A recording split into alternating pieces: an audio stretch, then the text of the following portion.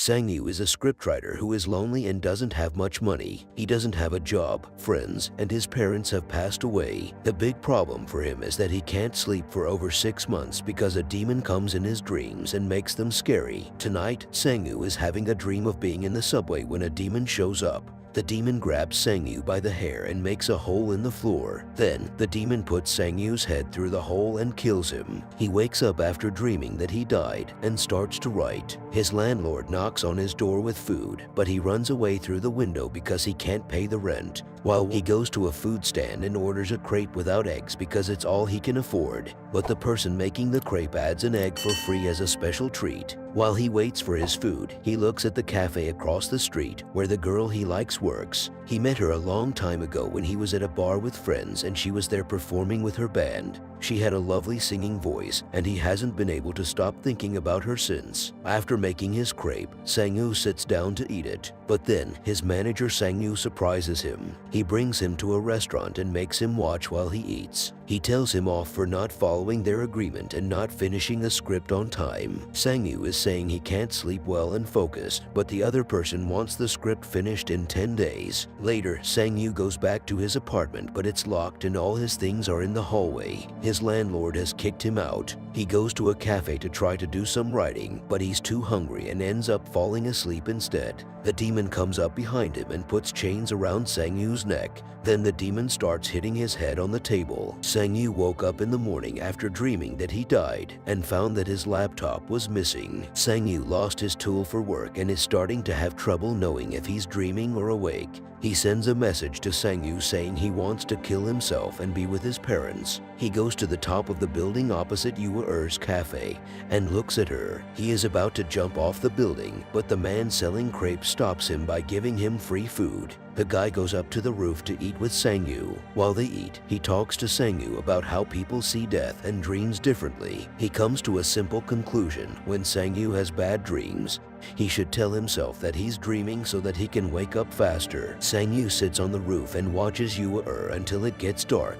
Then he sells his cell phone to get money for food. He goes to a small store and thinks about stealing some items but decides not to when he sees someone watching him.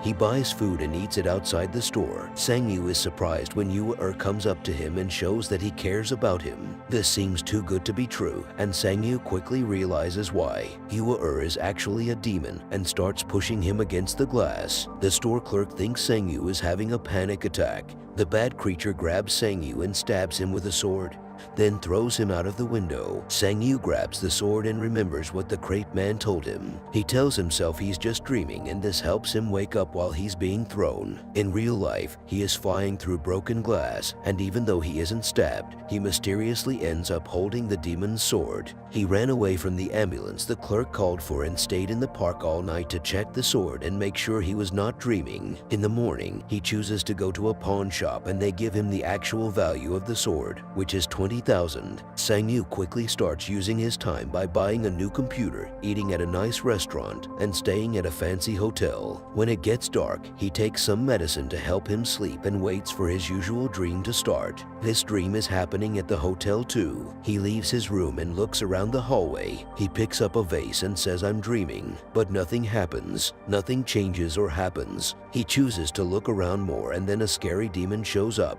chasing him with a huge gold axe. The demon hits him and throws him with a weapon, causing many injuries. But after a few hits, Sang-yu grabs the axe and says, "I'm dreaming." He woke up with a weapon in his hands, but he didn't have any injuries. Sang-yu sells the axe at a pawn shop, then spends the money on new clothes, a car, and a night out drinking with women at a bar. When he goes back to his hotel room, he doesn't bring them inside. He gives them money for a cab and goes to bed. Tonight, he's trying a new trick. He looks at pictures of a museum in a book before going to sleep.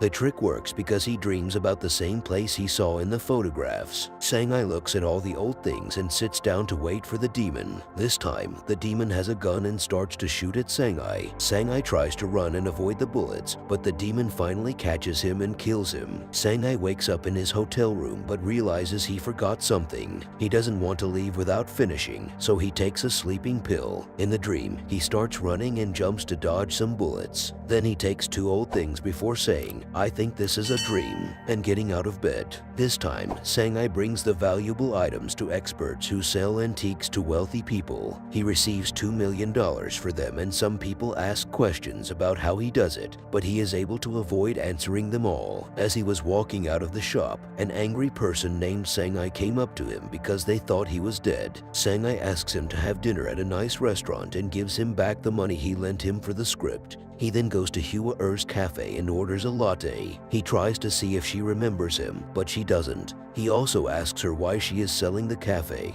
and she explains that it is because she doesn't have any customers and the shop is only making money problems. Later that night, Sang-ai becomes intoxicated during dinner with Sang-ai, who is curious about how he became successful. Sang-ai takes Sang-ai to his room and puts him in bed. Then he acts like he's leaving, but comes back to look at Sang-ai's wallet and checkbook. He was surprised when Sang-ai woke up with gold chains in his hands. Now that he knows the secret, he asks his friend to let him help with the new business. Sang-ai thinks about it for a while. The next day, Sang-ai buys Hua-er's cafe and tells her he still wants her to manage it. They will split the profits, but he will be responsible for any losses. She invites him to dinner to thank him, and they talk about their new business together. Hua-er also tells him she thinks Sang-ai wants something more than just money from their deal. After that, Sang-ai starts having dream adventures often, while his body is protected by Sang-ai while he sleeps. He wants to rob a bank and show how much control he has over his powers. He's also learning to fight demons and move things with his mind. After a while, Hua-er's cafe is very busy because Sang-ai paid people to come from the streets. He also gave some money to the person who delivers his food to say thank you for giving him free meals. After the store shuts down, he allows her to drive the red car from his dream,